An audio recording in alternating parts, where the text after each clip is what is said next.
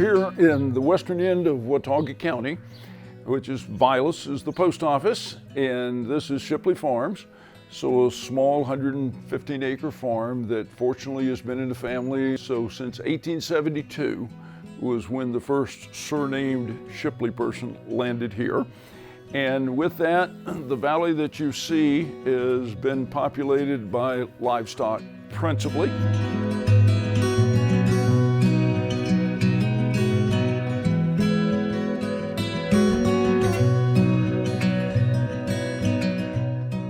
We've been cattle and livestock farmers, and most of that was on the beef side, the meat side of the equation. My great-grandfather brought Hereford farming to North Carolina in the late 1800s, and so we've stuck mostly to the English breeds.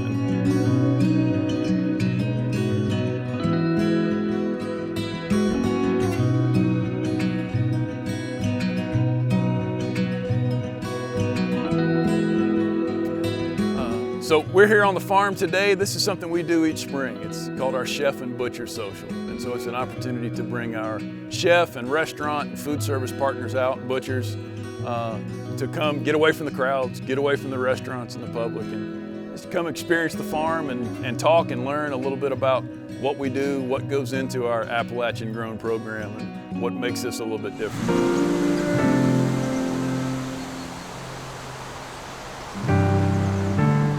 Say the essence of farming is striking that delicate balance between hoping it's going to rain and hoping it's not going to rain. And so today we got lucky, we got a little bit of rain.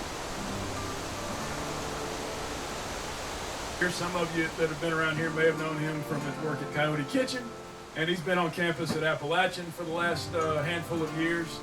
But he has now made the questionable judgment decision to come on board full-time with Shipley Farms as of the 1st of June.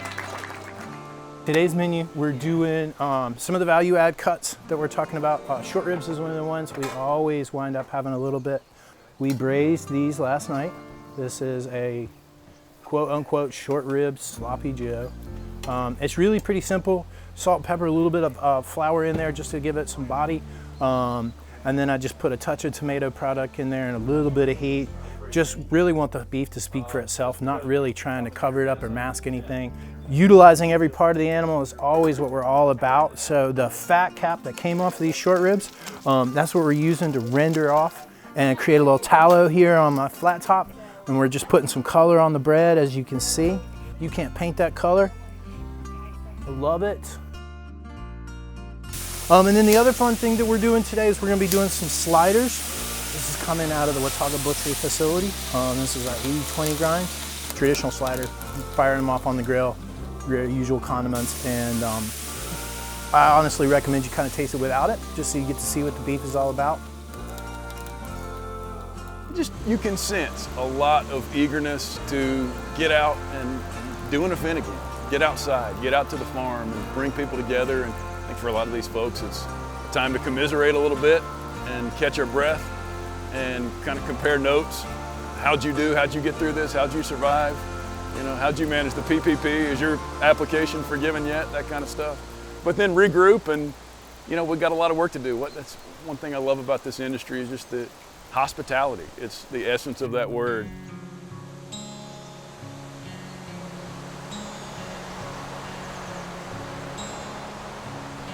We're extremely excited to have Chef Goff. Steve Goff's coming out to do dinner for us tonight, and that's always an experience.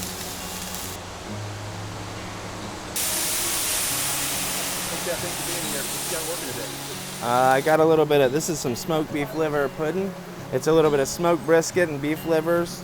I like to work with the things the farmers can't sell, and so Shipley says he always has trouble getting rid of livers, so I made a ton of different liver things.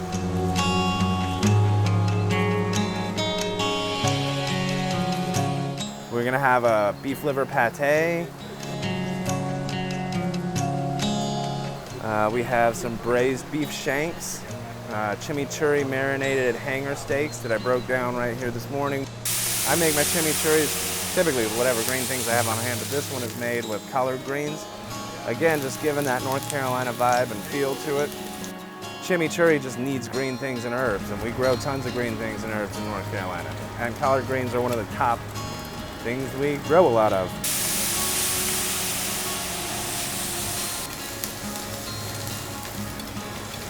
I mean, I'm hoping that beef liver has a little comeback. It can be a challenging product to work with, you know, but hearts to me are they're the closest to being like mainstream again. You know, I feel like, I could be wrong. I mean, I hang out with a bunch of chefy dudes, and ladies. So like, of course we love it.